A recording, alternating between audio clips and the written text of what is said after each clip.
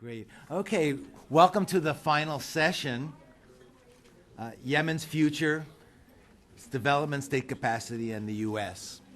And we'll basically investigate some of the remarks, some of the things touched on by Ambassador Hull in more depth. And our speakers today for this last session are Charles Schmitz, to my left, who is Associate Professor of Geography at Towson University, and his career has been built as a specialist in the Middle East and Yemen. He began his academic career as a Fulbright Scholar in American Institute for Yemeni Studies, and just talking with Charles, who was in on this session, I think on the early stages of the construction of this workshop, he was very instrumental in leading us to people who would later become panelists themselves, and thanks for all that help. I'm going to skip over Ginny because she's the cleanup hitter here, I'll say, and go to our next speaker after Charles will be Jeremy Sharp, and Jeremy will be talking on Yemeni-U.S. relations. He is, where do I have him? He's works at the Library of Congress, and let me get his official title. He is a specialist in Middle East affairs at the Congressional Research Service, where he provides analysis on Arab political, military, and diplomatic affairs and on U.S. policy in the Middle East to Congress members and to their staffs. And I really commend all of you to take a look at some of his work, which is available online. No, not officially.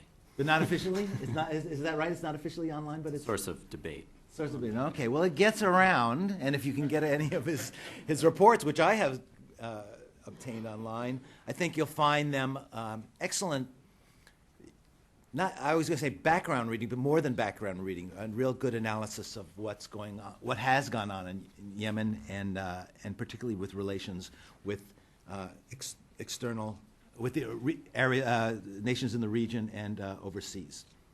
And finally, we'll move to Ginny Hill, who's an Associate Fellow, Middle East Program and North Africa Program of Chatham House. And she was brought to my attention as someone to bring into this session early on, and was also very helpful in leading me to other speakers. And her position at Chatham House has allowed her to delve deeply into this topic and to meet with many Yemeni scholars as well as outside experts. So we'll start with Charles, and I thought we started with Jeremy. I'm sorry, yes.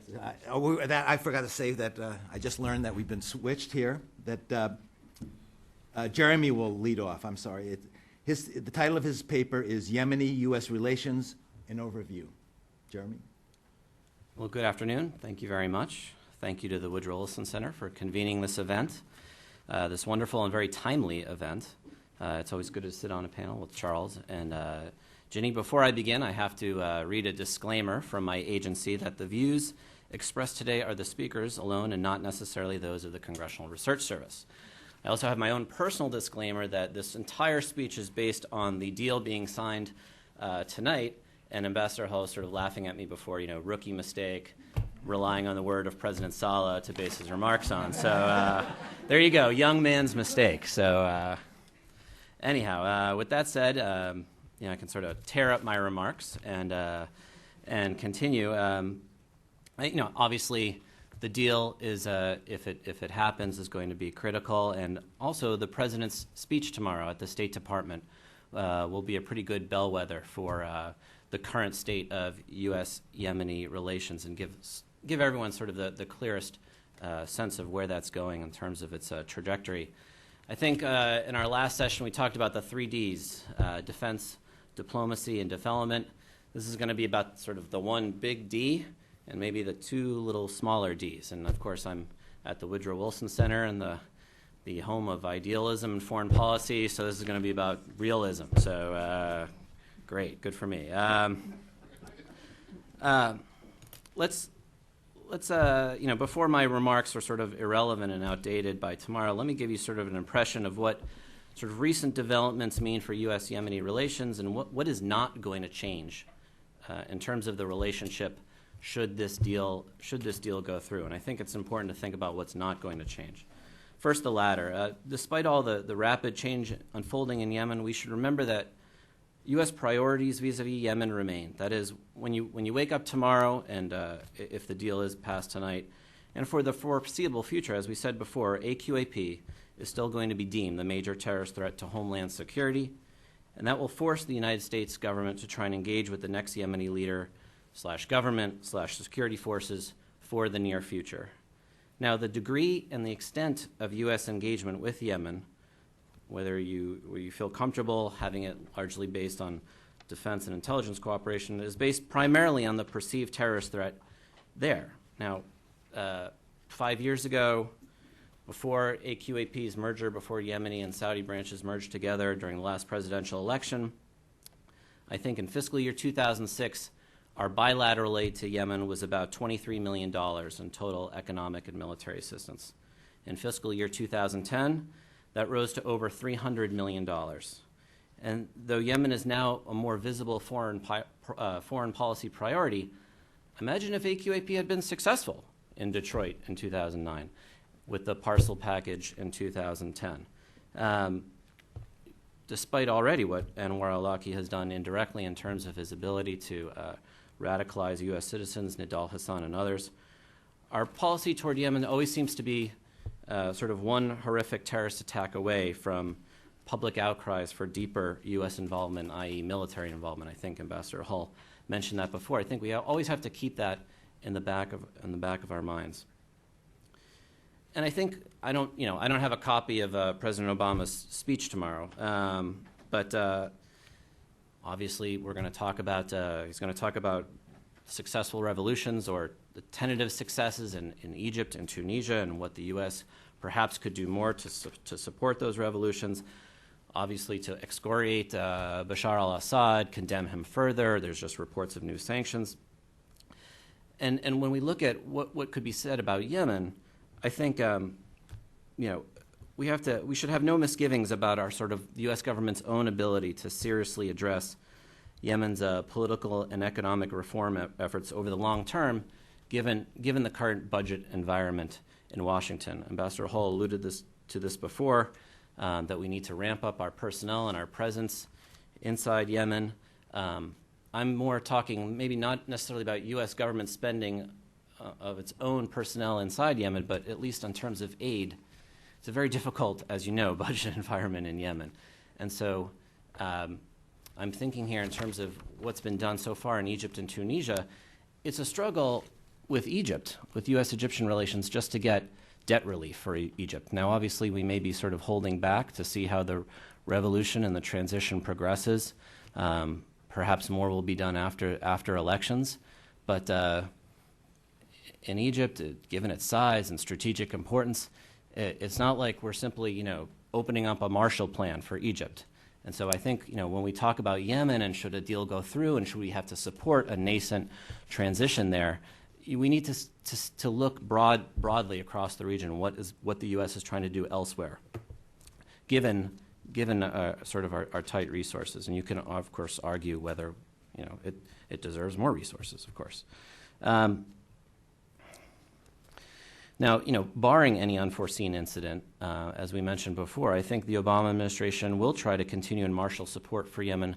Will try to be a lead on it, but try to continue to get the international community involved, as we said before.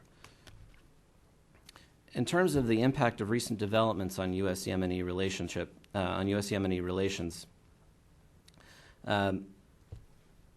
I don't know what's going on behind the scenes in terms of what kind of pressure the United States, the Saudis, the GCC is bringing to bear, what carrots or sticks have been offered.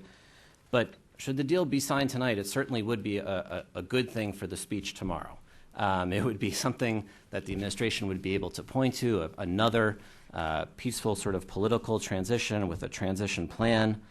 And it would sort of validate the caution that's been exercised during this unrest period, which the administration has taken a lot of heat for, in terms of if there are pro-Saleh forces that remain and say the security services, we haven't burnt all our bridges by not coming out strongly against. We've been quite silent, in fact, in the current situation. And given that, I think one thing to think about is the key question for the military-to-military relationship is who will control Yemen's security forces down the line should this deal and this transition be underway? Who will be able to engage DOD? In terms of Saleh's relatives, who's going to get immunity? Are the nephews going to get immunity? Are they still going to control, or will they be on the ground and still control the NSB? Will other relatives or other players that we don't know about serve as an interlocutor and continue the security and intelligence relationship? I think another thing to think about should a deal go through is it's an opportunity. Yes, we have a tight budget environment, but it's also an opportunity for new thinking. We sort of mentioned this before in terms of thinking about how to shape aid to support the transition process, perhaps new conditionality based on government performance in certain key areas like corruption, elections. Whenever you have a transition, there's a way to sort of change things up, and this might be one of them. Another thing to think about is how will the next Yemeni leader deal with the United States? Will power be fragmented between civilian and military leadership? Will the next leader play the nationalist card and reduce cooperation with the United States in order to bolster their own public standing? Or will the next leader try to replicate President Saleh's wheeler dealer, using AQAP as leverage to gain our support? And on this last point, I think it's amazing that in our sort of public discourse and our media discourse, more hasn't been said about 5/7, what happened on May 7th in terms of the attempted attack against Anwar al-Awlaki. I mean, for this to happen at this point, it raises some questions about what the government has been doing in terms of our cooperation. What was the result of the Osama bin Laden raid, or did simply this intelligence just present itself at this time and opportunity, as is quite possible? But nevertheless, it's quite amazing that we haven't sort of given this more attention, given the timing of the crisis in Yemen. It's quite unbelievable. Finally, whenever I'm in these sort of sessions on Yemen and U.S.-Yemeni relations, we always do get to this topic of the 3 Ds, and especially here in this audience, there are a lot of you who've done a lot of I'm just looking at the attendance list, a lot of amazing work in terms of NGO support and development. And a common critique of U.S. policy toward Yemen is its nearsightedness, its concentration on CT to the detriment of development and deeper U.S. engagements with all segments of Yemen society. This argument has only grown louder with the advent of region-wide unrest and revolution. There's much truth to these criticisms over the lack of a long-term strategy or vision for U.S.-Yemeni relations and our dependence on relying on a few interlocutors. But at the same time, and maybe this is perhaps where my Capitol Hill perspective comes into play, I think we must be attuned to the reality around us. Quite frankly, Yemen needs a lobby in this country. The political will here in the U.S. government and the United States as a whole to lead a sort of a massive state-building enterprise in Yemen in order to stave off some hypothetical future instability, some possible terrorist attack, and to do the state-building on our own terms, based on our own values, without necessarily the support of Saudi Arabia or a broad swath of Yemeni society itself, is simply not in the cards. And I'm saying this understanding that sometimes in Yemen it doesn't take $10 billion to get what you want done. Sometimes things can be done for very little. But on the other hand, as you've seen throughout the day and talked about the challenges, you get a little overwhelmed, quite frankly. And in its absence, in the absence of sort of a Marshall Plan for Yemen or the kind of degree of engagement that we need, the USG aims high rhetorically. We speak about these things while pursuing our national security goals on the ground. Perhaps this path is unsustainable and events will force the U.S. to pay even more attention to Yemen. Or perhaps we will continue to sort of muddle along this path and never quite reach the brink, precipice, or impending crisis that is so routinely predicted in the media. Thank you.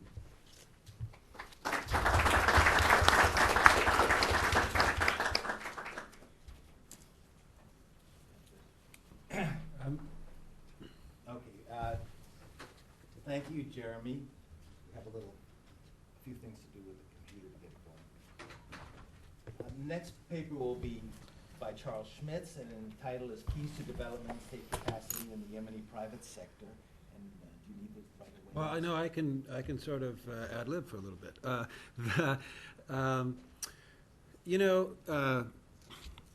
First, I was a little surprised by Daniel's remarks about not being an academic anymore. I guess I'm the only academic here, which is to say the only one with a real job here. And I'm very tired. This is the first day of finals, and so I'm not quite sure what's up here, but there are some good graphs when we do get them up. And then the other thing about that, when I was going to graduate school, I worked in construction. And, I always found it amazing that in the construction industry, on the job site, whenever there's a mistake, the guy who just got fired is responsible for it. And, after you begin to total it up, that guy was very, very busy, that guy just got fired, right? And so in the Yemeni context, there's a discourse going that, Ali Abdullah Saleh has ruined the country and that he's wasted opportunity. And it ties into kind of a crisis mentality that we have here. And so I want to, as an academic, who gets to speak freely, doesn't have to give any disclaimers.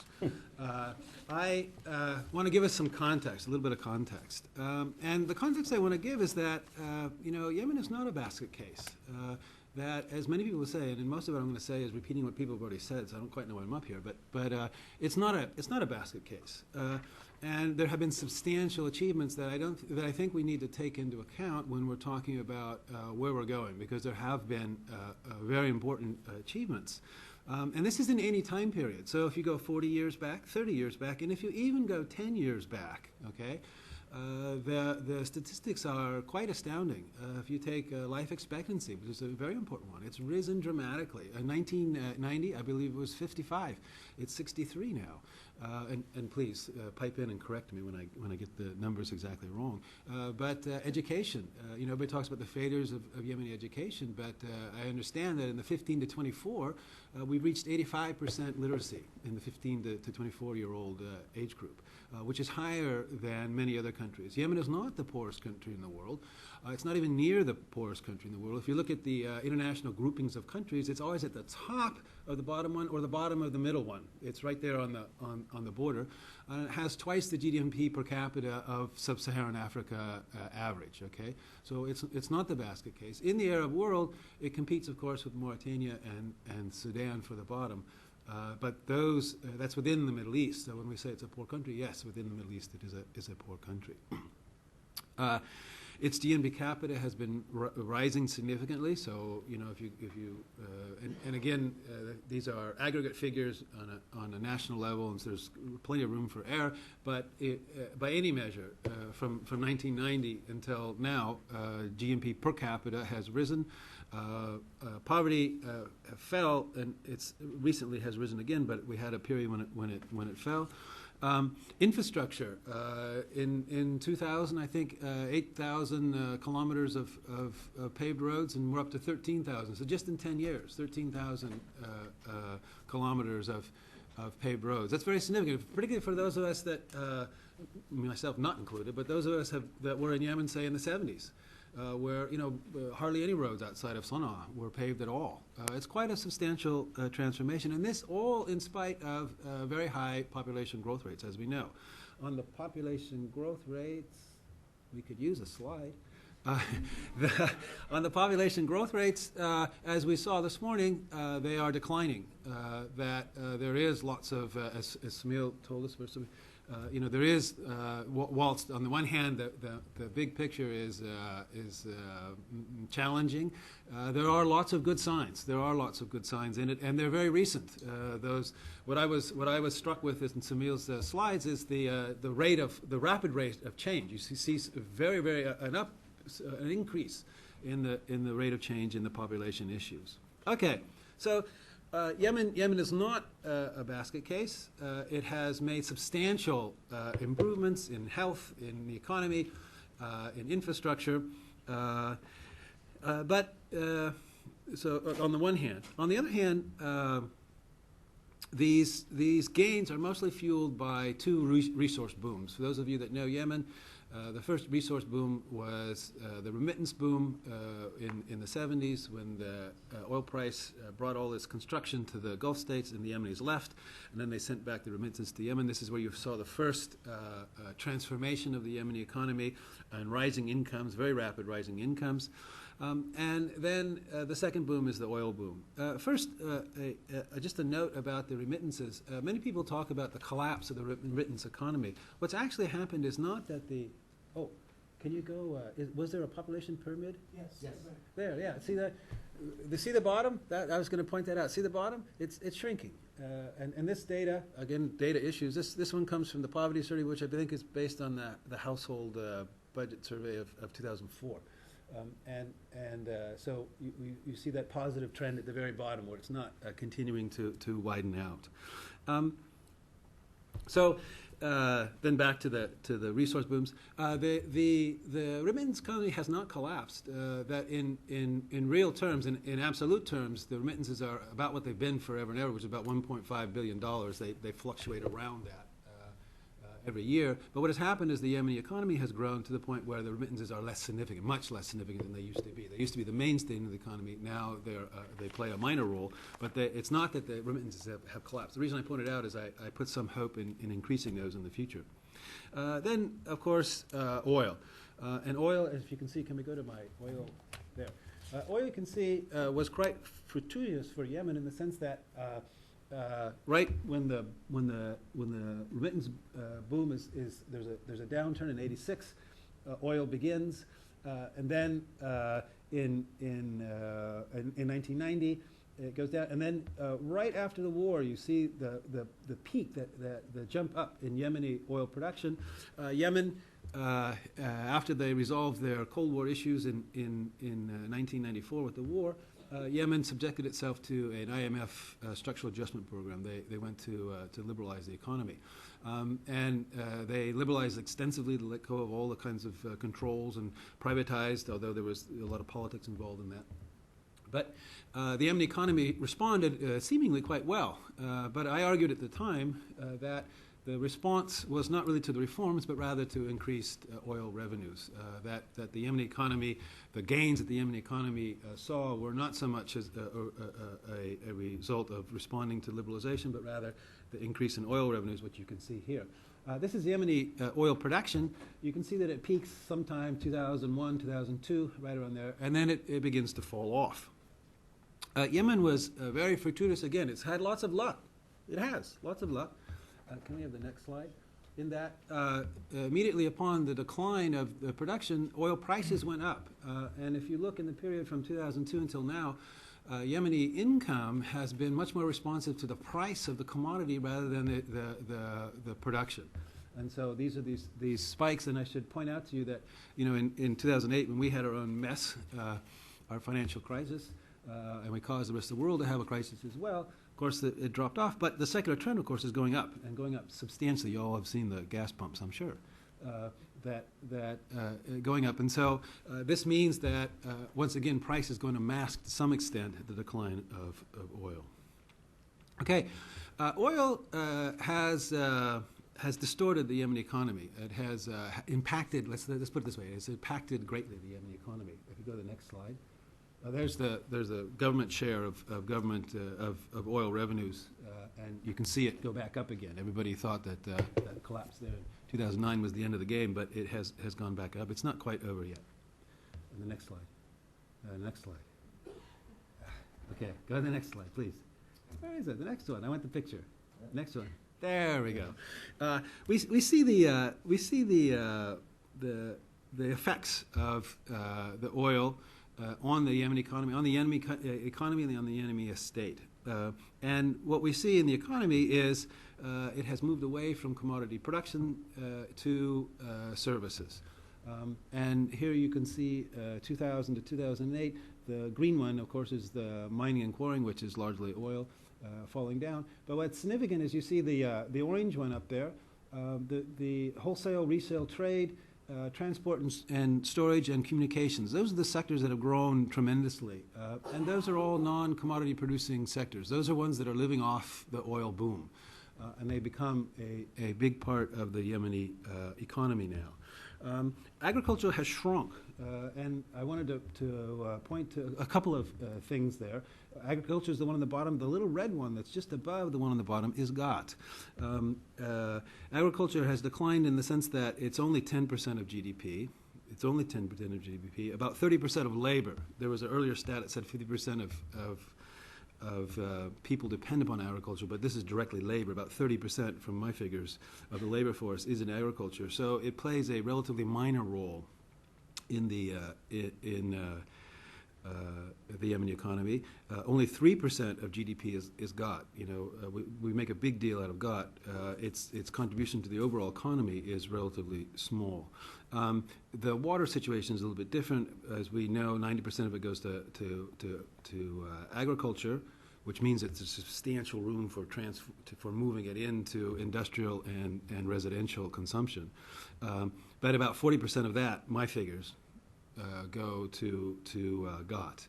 And GOT is regionally, I should say this, that being a geographer, that GOT is regionally concentrated. Of course, it has to be in the highland plateaus. And it's mostly close to the urban areas. So it's around Sana'a, it's around Imran and Sana'a, Rema. Those are the biggest cotton-producing sectors. Rema's a little bit further out, but of course Imran and Sana'a there. It's because they have that proximity to the urban sector that you have the GOT produced there. About 50% of agriculture is irrigated, 50% rain-fed. Only about 33% of Yemeni land is arable. The ancients, when they went to Yemen, they called it Happy Yemen, Arabia Felix. And that's because they were, of course, they were colored by their expectations. They'd just been down through the Arabian Peninsula, and all of a sudden there's green stuff. And so they said, wow, this is a wonderful place. But that's a low bar.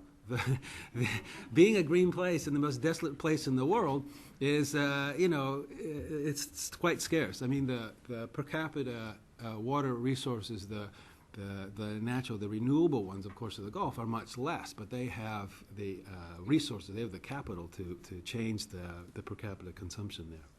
Okay. So first I told you that Yemen is not a basket case. It's made lots of achievements. Then I told you that oil has transformed the economy in these ways that I'm showing you here. Then I want to say that though it's not a basket case, it's in a severe crisis right now, a very severe crisis. And this is recently. The oil has stopped. They have just stopped producing oil. Oil is not being exported. The balance of payments have been going negative for the last couple of years. We expect it to go severely negative this year. And the government appears to be using the central bank as they're dipping into it. This is the rumor.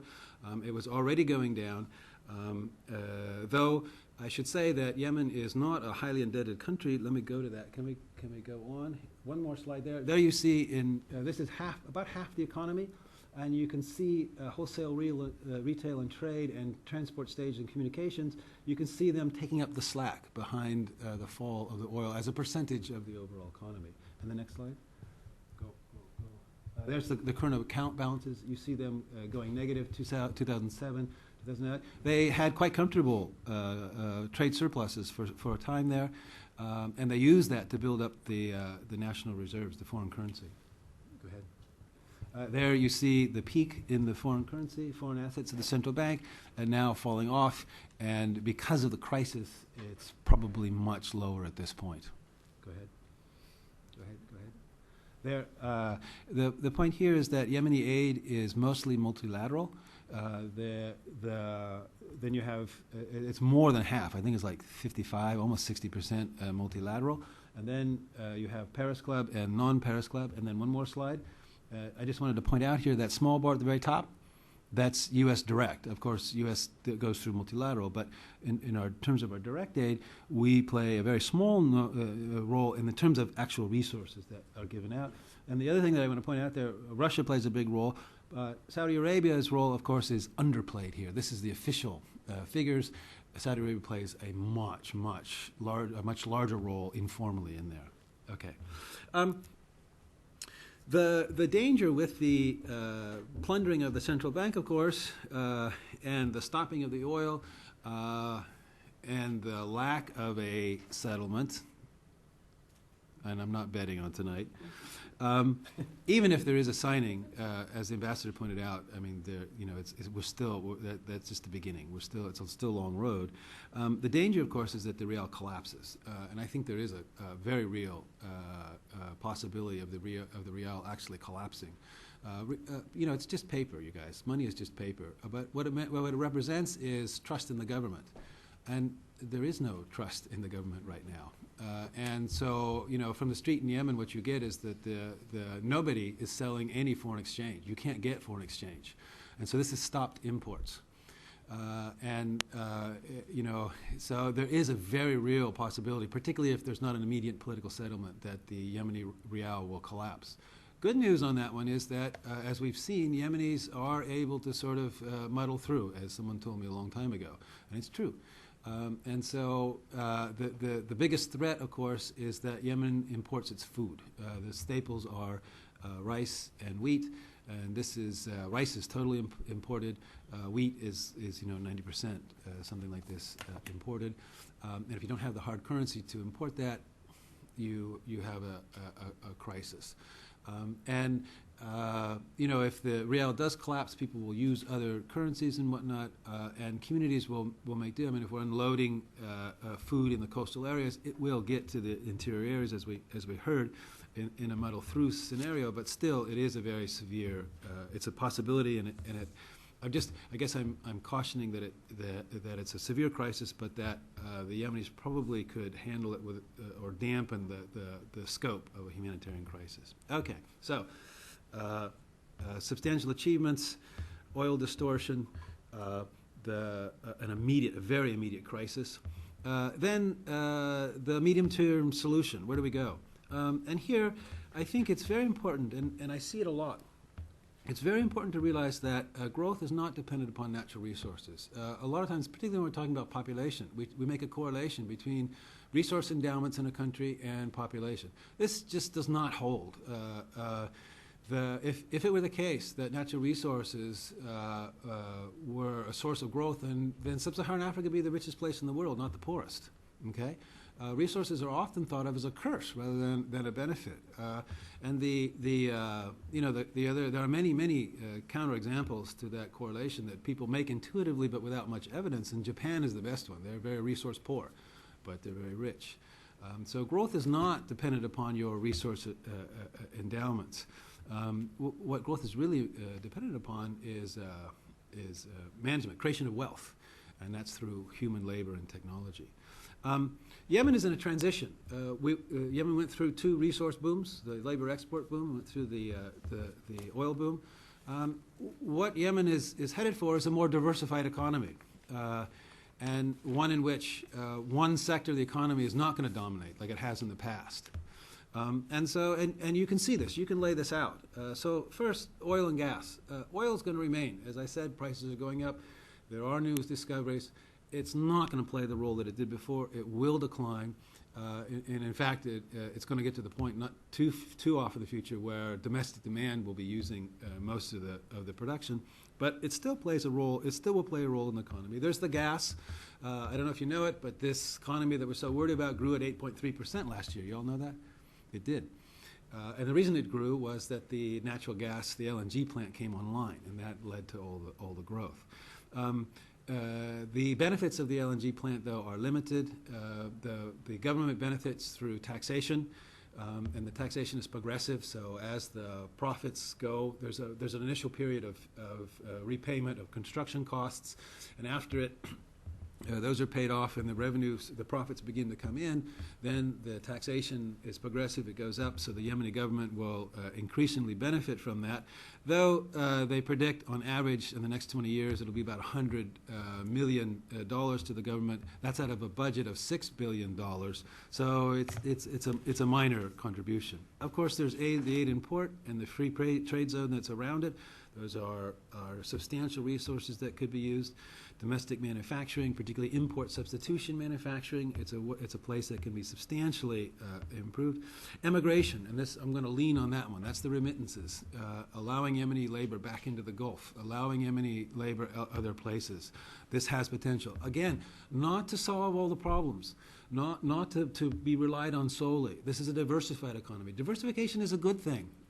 Being dependent upon one commodity or one export is a bad thing in an economy, because when it gets disrupted, as we see in the Yemeni case, it causes lots of problems. So diversification is a good thing. Then tourism has potential as well. And then student export. This is, since I realized who I'm with here, exporting Yemeni students to the United States. This is an incredible way that the United States could help Yemen, is to bring students here for education. All right. So a diverse economy. The key to growth, though, is the key thing is that unlike in the past in the labor export and in the oil revenues, the key to a diversified economy is smart management, and this is problematic in the sense that the state. In a diversified economy like this, the state has to play a much more capable role. In other words, the key variable for the future of the Yemeni economy is state capacity, and this is something that Yemen has not done well in thus far, largely because of the political crisis, though, not because of capabilities, but because of the political crises and the type of regime that's been in place. And so the key to the future is the Yemeni private sector and state capacity. And let me just make a point about the Yemeni private sector. A lot of people point to foreign investment. They say that, and this comes from the international development literature, that you want to liberalize your economy and you want to make it attractive to foreign investment. Foreign investment never drives an economy. A domestic economy always grows from its own domestic private sector, and what the domestic private sector needs is institutional capability. It wants to believe. It needs credible governance. It needs to believe that its investments will be preserved, that its investments are safe in the country. Everybody knows in Yemen, if you accumulate any money, the first thing you do is you get it out of the country. And the key indicator for Yemen's health is to watch the capital account. And when you see Yemeni investors bringing that money in, that's the key to Yemen's health. But what do I mean here by they need credibility? They need more than credibility. What needs to happen is, what you see as a key variable in national growth is a coherent national investment plan. So it's not the case that the individual market, just kind of does what it wants to do, and investors go wherever the best profits are. No, you need to have what's called dynamic comparative advantage. You need to create your advantage. You need to move your economy to the place you want it to go, and this involves a succession of progressive investments that somebody has to be coordinating. The private sector is going to respond, but the government needs to be laying out, saying this is the sectors we need to invest in. This is so we need state capacity here. Let me just say two last things. One, there's confusion in that good governance means politics out of the government. Governments are about politics. Governments are about resolving political issues. So it's not the case that the economy should be political free of politics. No. You need to engage politics in the economy. There needs to be a pact between the Yemeni private sector and the government, and there is some movement now of the Yemeni private sector being involved in the reforms. This is very good. The tax legislation that they were working out before was a good place for the Yemeni private sector and the government to sort of reach a deal, reach a compromise. This is very important. There has to be a political foundation to good governance. It's not something that falls out of the sky because we think it's a good thing. No, it has a political foundation. You have to recognize the politics underneath it. The last thing on the U.S., I think that one thing I think is critical. Of course, we're not big. We're not going to bring a whole lot of resources to the table, and I don't think we should. And I think the most powerful thing that the United States can bring is a little bit of leverage in regional agreements. So, for example, if we want to see Yemeni labor get out and into the Gulf, we can lean on the Gulf a little bit. They're reticent. They have a zillion excuses why they don't want to do that. We can lean a little bit there. I don't think that Saudi and Gulf interests in Yemen are the same as the U.S.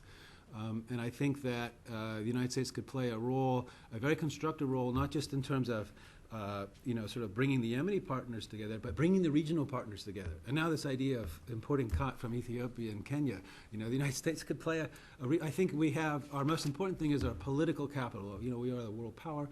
We have a lot of stature, and that's what we really bring to the table in creating regional agreements. I think that would be our most constructive role. Thank you. Thank you, Charles. And before Ginny Hill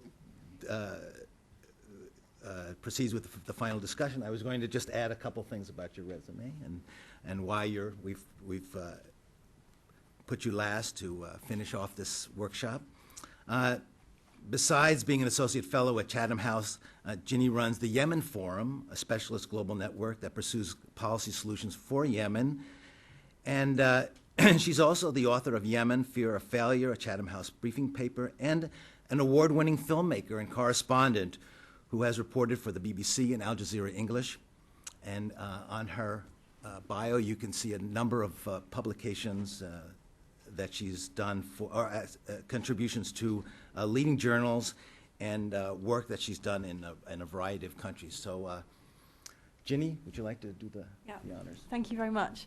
It's tough coming at the end of a panel discussion like this where almost all the arguments have already been made, and particularly after the ambassador spoke at lunchtime. I'm not going to offer an opinion on whether or not the deal is going to be signed this evening, but just to say that if it is signed, there are a number of challenges lie in the implementation process. I'll just quickly walk you through those, and then I'll talk about I think the role of actually competition for benefits in the private sector playing a role in what's going on at the moment. So if Salah signs the agreement, there needs to be a transitional government. I think agreed within 7 days was the last draft that I saw. That may have changed.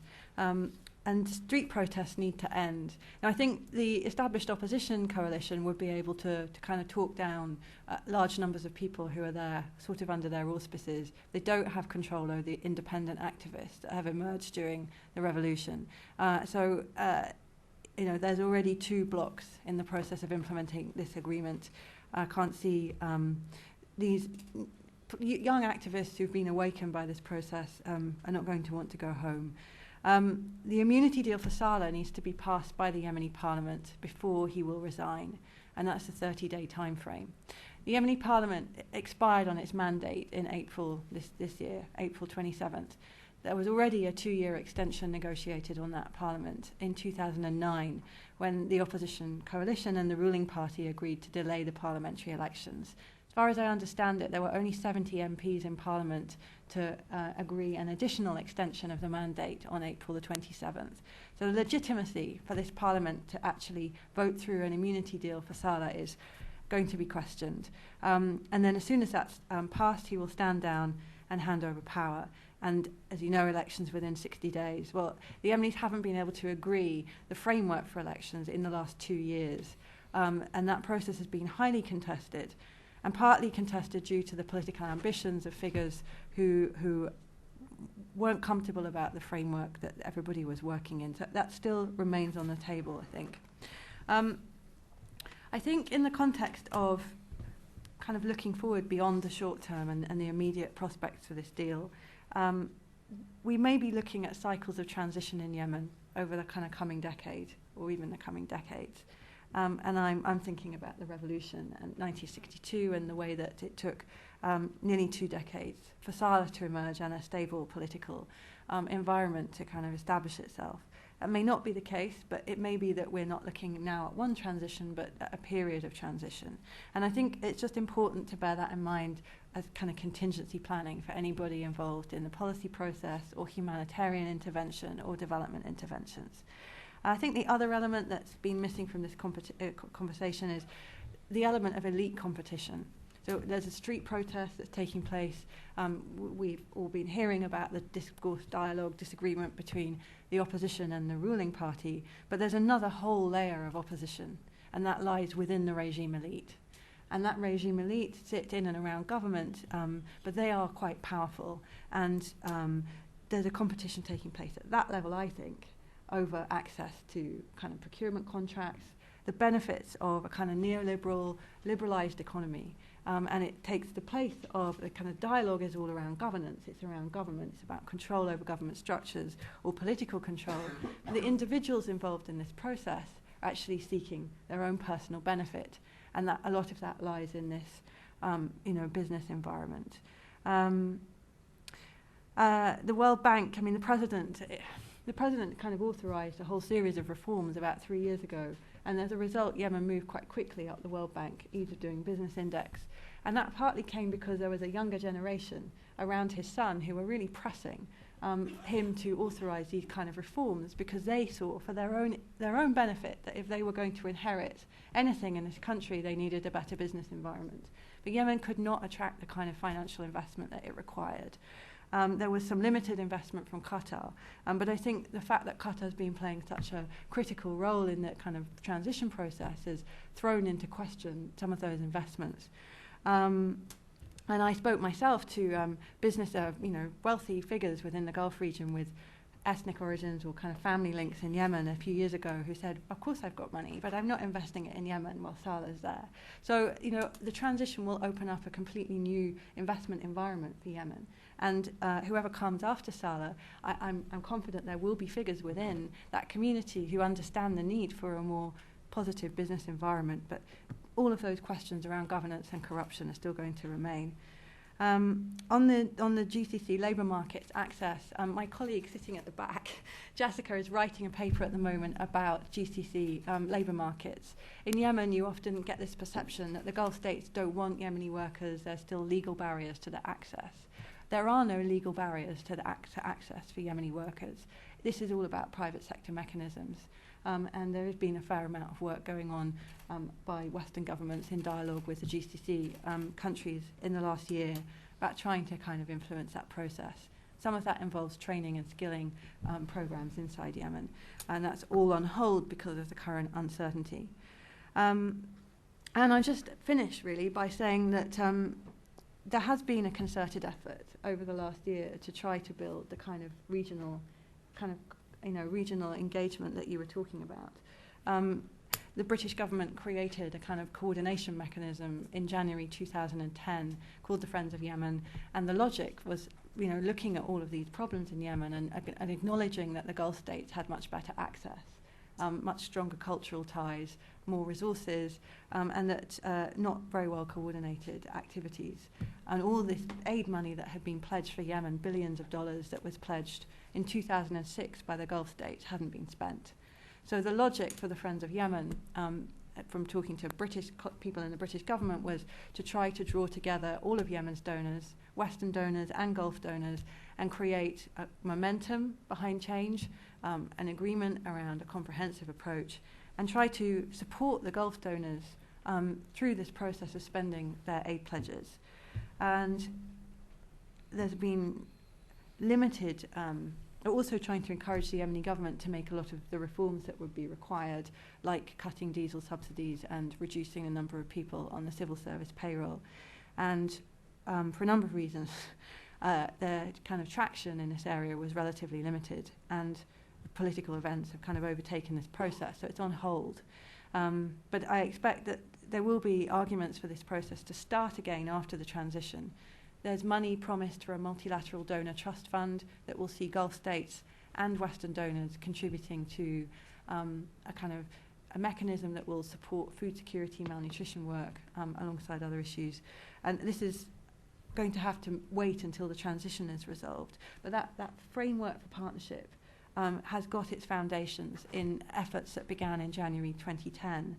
And although the GCC is taking a kind of public role and a kind of leading position on this negotiation. The EU, the UK and the US have been very closely behind this process and working closely with them. And I would argue that some of those relationships have been strengthened during the course of the last year by this attempt to improve alignment between the donors. And then, final point, short-term and long-term. The street protest, the young people who are developing their vision and calling for a modern civil state, they're not going to get what they want in the short term, but just 2 or 3 of them sitting in government or being involved in the negotiation process, even working within the established political parties to kind of change the relationships between the aristocracies in these parties and a kind of activists, is going to change the dialogue in Yemen. And political settlements take time. Stable political settlements take time to emerge. And in fragile and conflict-affected states like Yemen, it's often incremental changes that we're looking at. So the presence of these kind of independent youth activists at the table, involved in the political discourse in Yemen going forward over the long term, I think is a really, really positive development. Thank you. Thank you, Ginny. And thank you for an excellent panel going all the way from Yemen's political economy to current events that we'll probably go home and watch as when we leave this conference. From here, let's open it up to questions from the audience. Ambassador? Well, I have... Hold on for the... and could you state, once again, I know I said ambassador, but we Ambassador have another Al-Eryani, audience that's listening. Germany. I have few comments here. I like this idea of win-win projects, using the leverage of the U.S. to really infuse into the Yemeni economy some kind of revenues without really putting a burden on the U.S. The money doesn't have to come from the U.S. There are things that have to be developed or can be developed between Yemen and neighboring countries. For instance, there was one time an idea about a pipeline of oil coming from the empty quarter to the Arabian Sea. That would really be a win-win project. It will avoid the Gulf, the Arabian Gulf bottleneck there, and it would create revenue for Yemen. Unfortunately, there is political problems there. I think an American leverage on that project to go through would really help, to provide the necessary guarantees that this project will not be subject to political tensions or whatever. So this is the kind of leverage that would really help. It will create steady revenue for the Yemeni economy. It would be a win situation also for the world for that purpose. Of course, the labor, the labor issue, Yemenis always think about the situation before 1990, when Yemenis were able to go into Saudi Arabia without sponsors. They go in and out and work freely. That was the situation there. So the issue of training and capacity, in Saudi Arabia they still import drivers, and they get night guards and unskilled labor. There is 8 million laborers working in Saudi Arabia, and I don't know how many of these are really skilled laborers that are missing, that we don't have in Yemen. To add to Professor Schmitz's list of imports, fuel also now is being imported, and this is really another burden. I understand that there is a problem now in paying the bill for the last importation. I was wondering about your $100 million. You said $100 million, the gas revenues only? That was tax revenues. Okay, but the total revenue is much more than that. Yeah, it's about $1 billion per Yeah. year. Yeah. Yeah. Okay. That's to the economy, though. I was just talking about to the government. The issue of involving the private sector, the Egypt case, I think, should be the ceiling on this, or maybe even a lot more. We need to have some more control. You know, when the private sector was really involved into the politics in Egypt, it really flared resentment and lots of public outcries for so this is really something very delicate. It needs to be controlled very well, otherwise it backfires on governments and with the people.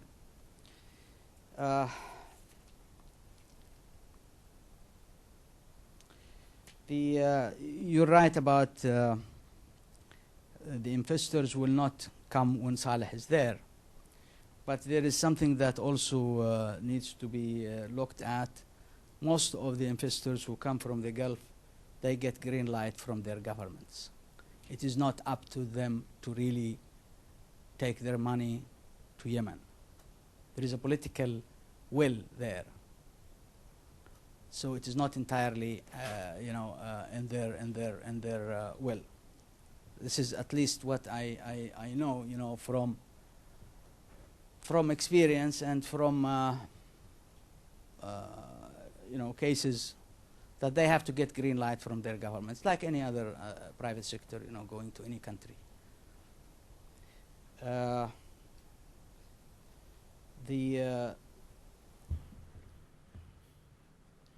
The commitments, the 2006 commitments not being used, this is true. There is a lot of slag in the capacity of the government to disperse funds.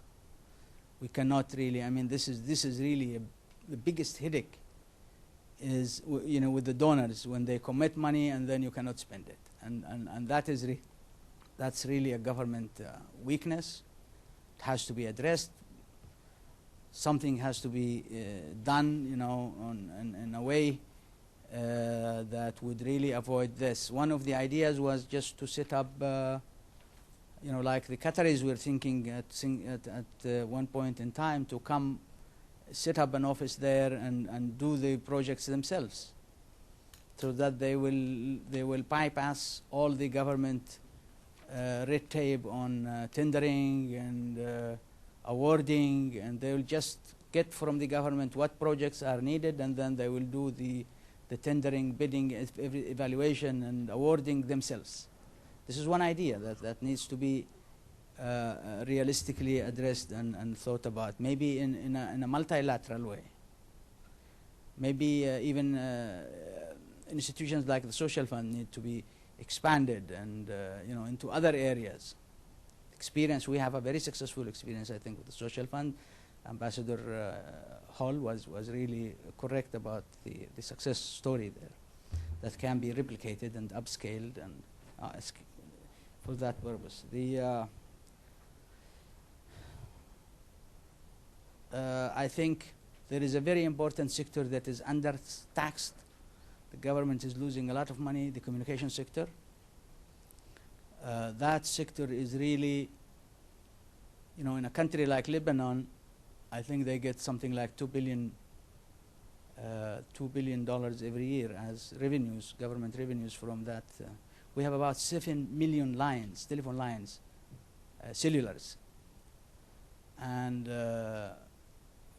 if the tax there, I think, is 10%, very, very low. And this is something that has nothing to do with food or with fuel or basic needs of the people. There is room there for heavy taxation that can generate good revenues for the government without really affecting the lives of or the livelihoods of the people. Thank you. Would someone like to address any of the... Let me just make one comment, and that is that I wanted to emphasize that, I don't know if I quite got it across, but the key to growth is producing wealth domestically. rather than attracting resources from outside. Yes, resources from outside can help. Yes, the donor community can help, but really, the private sector chases opportunity. And once you get growth started, then you'll see people coming in. That's what you need. If you get growth started, and that's really a domestic question of institutions, getting growth started domestically. But that's the key, rather than importing resources. Question? Yes. Microphone is coming.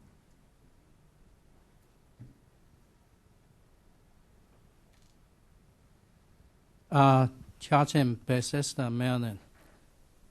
Suppose the agreement signed and is go to the process, but Ginny here mentioned that this political settlement takes time, and street protest is on the revolution mood, so they may disrupt the process.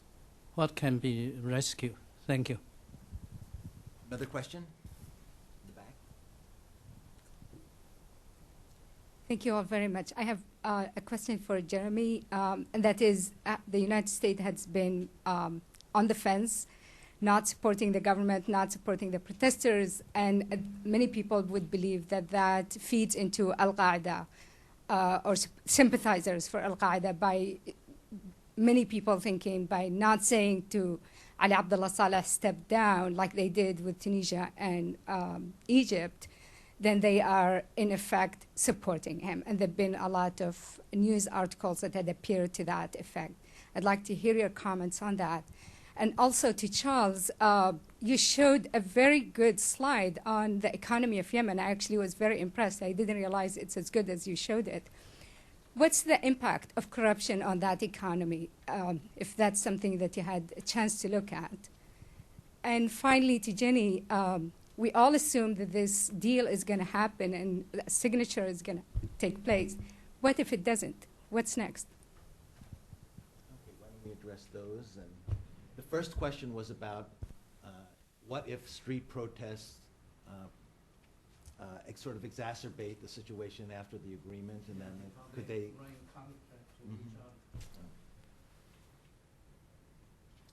want to kick that one off? I think they kind of need to, actually, because the agreement is between the opposition and the ruling party, and they have for a long time not been seen to be entirely legitimate by a broad section of the Yemeni population. And I think the youth movement or the independent activists are a necessary force within the Yemeni political spectrum now that is trying to correct a lot of the corruption and the imbalance. So I think, it's important that their voice is heard. And if they're brought into the negotiation process and they're listened to, then they can affect it that way. But if they're not listened to in that process, they're going to continue to maintain their position on the streets. Now, they're euphoric. They don't necessarily have an entirely consistent agenda. But there are leadership figures emerging in this movement. And it's only 3 months, so it's going to happen over time. Again, it's not an immediate process. So I think they're a necessary element in this process. We haven't even talked about the Houthis and the southern separatists who are not officially brought into this agreement, as far as I understand it. Still a lot of grievances within Yemeni society that will need to be resolved, and the agreement, if it gets signed by the GCC, is just the starting point in a transition, a long transition. Yeah, let me add one more thing. As Ginny said at the very end, I think it's very important to realize that the Houthis are basically independent. They won a war. They fought the law and they won. The Southerners also have a degree of independence as well, and they're very, very important in this. And in that context, I do agree. I think it's very good that what Ginny is pointing out here is that it's going to be a long process, and that process is very important because what we want is not to have a new dictator of Yemen. We don't want to have centralized power. Everybody complained about centralized power. In order to institutionalize much more regional power, to incorporate many more people in Yemen into the process of government, it's going to take a long time, and it's going to have fits and starts. And so in this context, I think it's important to realize that a little bit of instability is a good thing. We tend to think instability is a bad thing, particularly on the security side, the big D. The big D says insecurity equals Al-Qaeda gains. But we got to realize that at the same time, and I'm not, we should think about the assumptions on that one. I'm not entirely sure about all of them. But at the same time, instability is very important for the Yemeni political process in the long term, and we should be very careful about, or we should be very tolerant, I should say, of Yemeni instability for a little while in the political process. Jeremy? Yeah, regarding the question in the back, consistency in our foreign policy is definitely not mandated according to U.S. law. And I think, throughout this Arab Spring, I mean, certainly a valid criticism of our government has been we've been slow to respond in Syria, and we've been slow to respond. We were slow to respond in Egypt, slow to respond in Tunisia. And I think that's one reason why you're going to see this speech tomorrow at the State Department, is to try and create some sort of framework and respond to these criticisms. In the Yemen case, it really wasn't until President Saleh began, or I don't know what he actually did, but there were reports of removing Ministry of Defense and various security services presence in certain governorates. And within 2 days, I think, after that hit the media, the New York Times or Wall Street Journal ran a story saying the administration considering withdrawing support from President Saleh. There wasn't anything concrete. There were no official statements. It was simply a media report. And I think that's, of course, very telling. Now, last Thursday, there was a statement, and it did say, quote, "We call on the parties to sign and implement the terms of the agreement now to ensure an orderly, peaceful transition of power. This transition must begin immediately in order," and that actually echoes of Egypt, "in order for the Yemeni people to realize their aspirations for a brighter and more prosperous future." Thank you. Let me just say the last thing about corruption. Corruption is largely perception. It really is. It's a political issue in the sense that, it's the opponents of someone who will cry corruption.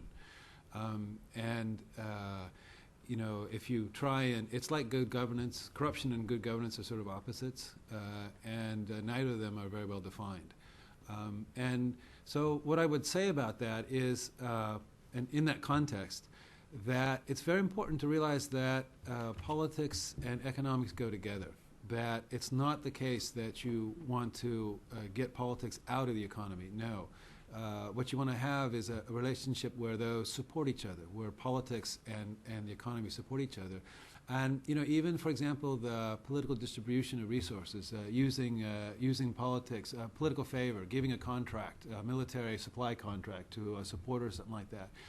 What you have to look at is that's part of building a social pact. You have to have a social pact that creates stability, because stability helps the economy. The question is giving that contract, supporting does it lead to further economizing behavior on the part of Yemeni producers? That's the key thing. Right now, no. I mean, right now, people do not want to accumulate anything because politics will intervene and they will lose it. It'll go away. What you want is the interventions to be supportive of accumulation, supportive of stability. You still have to have people in power, but you want to do it in a way that, in the long term, promotes accumulation and production. Ginny, Jeremy, anything to add there? A couple more questions?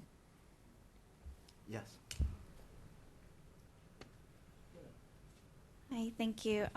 This is Song Cho-jung from the Millennium Project, and I have a question for Professor Schmitz. And although I'm aware of the fact that the oil production is declining and Yemen's goal is not to be dependent on natural resources production, but and to move on to other sectors, but it seems like Yemen is still heavily dependent on oil production, not just for the purpose of export, but also for energy source for the domestic consumption.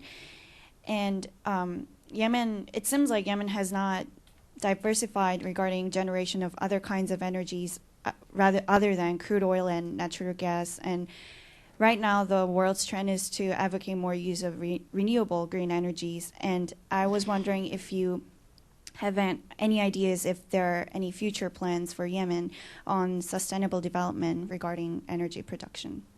Thank you. Any other questions?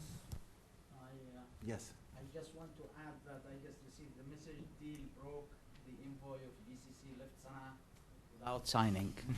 So There you go. Take me off the webcast. Take me off the agenda. I wasn't here.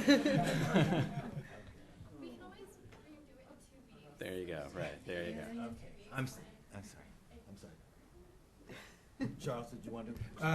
Well, actually, I think the ambassador, Dr. Mohammed, might be in a better position to address that. I have seen it in terms of actually the desalination plants because, everyone says that Yemen can't do desalination because it's energy intensive and it's capital intensive. But actually, the long-term running cost is mostly energy, and if you get alternative energy sources up, then it's a viable alternative for Yemen along the coasts. And I've seen alternative energy talked about in those contexts. I should say that your point that, I sort of let Ali Abdullah Saleh off the hook. I said he's made lots of achievements. Where he does stand accountable is that he has not diversified the economy. In other words, the oil revenues were spent mostly on current consumption. And where he really could have made a difference was investing in productive assets for the future. And that he stands accountable for wasting.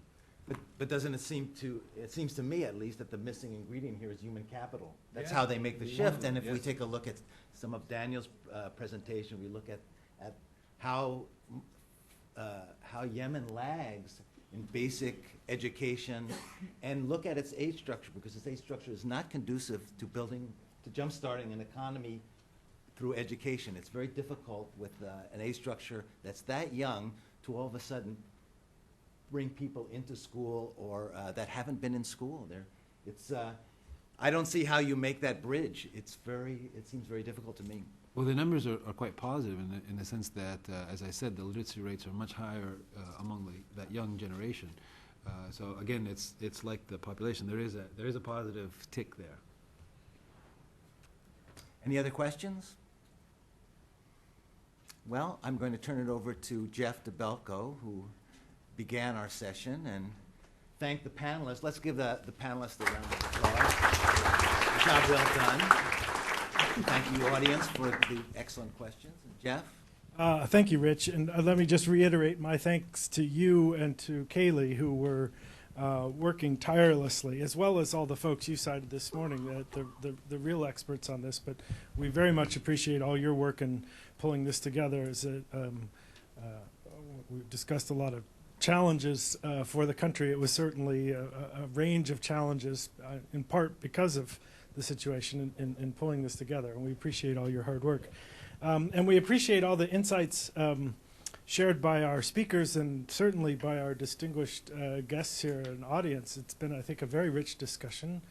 I certainly learned a lot, some of which was in the direction that I assumed or understood to be the case, and then I think importantly in some very different directions disabused me of some assumptions and showed me where there are other challenges, some of which seem to be more difficult, some of which are not as perhaps we can take heart that there are developments that are more encouraging. We want like all Wilson Center activities, this to be useful in, as we said, bridging the research and the practice, but also connecting folks across different sectoral approaches in different sectors who don't often necessarily get to come together. Each of these panels could be standalones, and often are, and often then don't intersect with the other topics and the other people. And so we took the unusual step of having a much longer session than we usually do here at the center, but in part so that we could have both depth and breadth, and so that we could all kind of grapple together with the intersections among these topics. It's something that we've had some history with here at the center. Last year we had one at kind of a similar setup and structure on Pakistan that I think a number of you were able to participate in as well, and it's one that we hope to be able to continue because there are obviously very complex issues. We have some distinguished guests who came from a very long way, and it's unfair to ask them to come share their experiences in just such a short time frame. So we appreciate all of you making the commitment to staying. I know in Washington these days it's unusual to actually not run back to your office. I mean, Gary is just exemplary. Given his offices in the building, the fact that he hasn't disappeared all day is wonderful. No, that's right. Excellent. Well, you're doing better than I am there. We will have multiple ways that you can continue the conversation and share the insights that you've heard today and the discussion you've heard today, the most obvious of which, in addition to this being webcast live, the archive video of the entire day will be up on the Wilson site, as will the PowerPoints from the speakers who are willing and able to let us share those, as well as write-ups and such. What we encourage all of you to do is to share with us additional research so that we can play that information clearinghouse role and connect people. So if there were a number of reports mentioned today and such, if you were the one mentioning them and you want to share those URLs with us and such, so that we can be sure to share all those things. And so thank you to those who brought your reports and shared them with us. And so we will find additional ways to follow up, and certainly if you have any suggestions for how we can and should do that, we'll be glad to entertain those and try to work together towards those ends. But let me just again say thank you. It's been a very stimulating discussion. Appreciate you all making such a commitment of your time to share these insights on a part of the world that, unfortunately, I think this town has a very low level of knowledge and understanding on, and so that wasn't a mistake that we focused on Yemen for that reason as well. So thank you all very much. Safe travels and safe returns. So.